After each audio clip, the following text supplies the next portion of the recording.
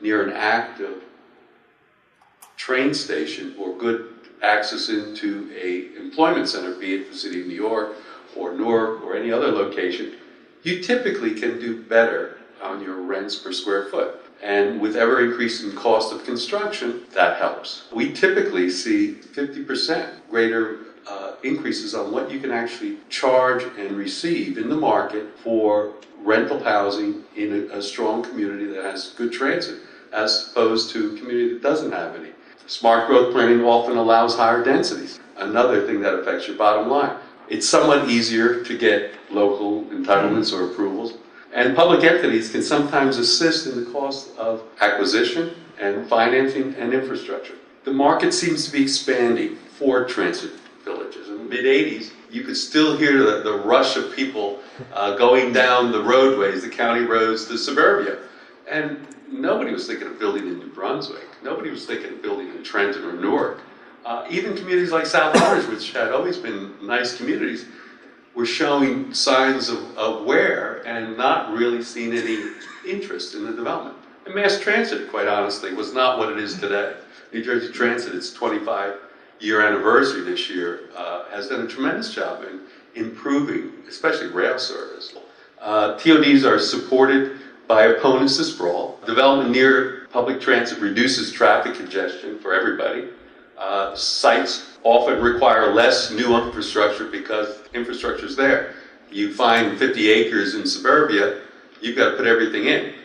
It helps to revitalize some of the older urban areas, provides diversity of housing types, and it helps to reduce the commuting times in our highways.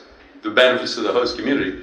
It generates fewer vehicle trips. There may be nearly as many cars in a transit-related village situated near a train station, but the number of trips that those cars are actually making on the roadways is going to be dramatically less.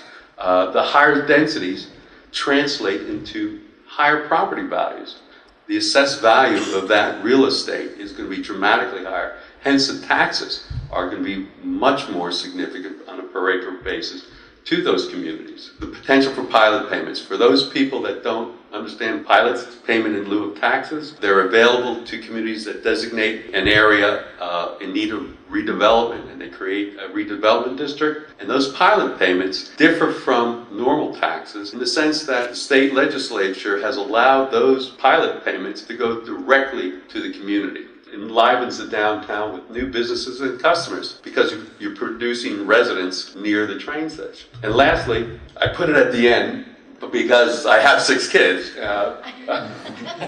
it does generate fewer school-age children, and in today's world, in local government, that's a big factor. But this is a project that I was first involved with Elcor, and I've been there 5 years. Gaslight Commons is 99% leased, and the rents are well above market. An apartment project like this would generate 0.15, 0.15% school-aged children per unit. Well, we're not even near there. We're 0.02. In fact, our 200 units generate less than 4 or 5 school-aged children. And it's been consistent since we've opened the project. Cars per unit. If we were to use the residential design standards that the state of New Jersey has adopted, it would require that we would generate or need to have 1.9 cars per unit. And with the assistance of South Orange, got a waiver to reduce it from 1.9 spaces per unit to 1.7. But the reality is we're generating about 1.3 cars per unit. And that's because 60% of our residents use mass transit to go into the city. Because we have such a large commuter component to our residents, the number of cars are dramatically less. Design really makes the difference. Everybody can look at something and say, planner or not, that's good design. They don't know if it's 5 units to the acre or 50 units to the acre. Most people can't distinguish density by visual inspection, but they can decide whether or not it's attractive enough for them to want to be affiliated or associated with it. So it's critical to bring good design standards to whatever you do. It makes all the difference in the world, and it costs more. But the reality is, in the long run, it pays many, many times for itself.